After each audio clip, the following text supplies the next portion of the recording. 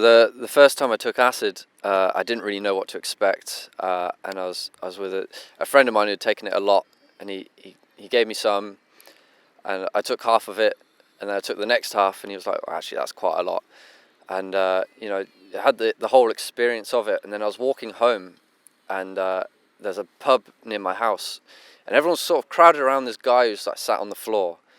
And so I joined them. I was like, "Oh, what's going on?" And he's like, "Oh, he dropped his coke on the floor, so he's having to sniff it off the curb." I was like, "Okay." So I was like cheering him on, obviously. And I got home, and I didn't really know what to do because I was still tripping.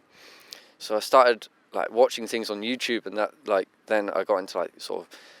I decided I was quite horny, so I decided, right, I'll have a wank now. So I started watching some porn, and then I realised like I'm not really interested in this, so I'll start watching some cartoons. And only about an hour into watching cartoons did I realise I still had my dick in my hand. And I was like, what the fuck am I doing? And then I put it away, obviously, and then continued watching the cartoons until I fell asleep.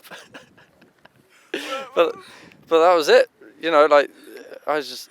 You get carried away with whatever you're doing, but then you get focused on something else, and then you realise you're still doing what you were doing like half an hour ago without even sort of paying attention to what you're doing now. I was actually watching the Ricky Gervais show, you know, where they animate the podcast. Yeah, I was just watching that, and I found it really funny, and I was like, looked down, and I was like, oh, what am I doing?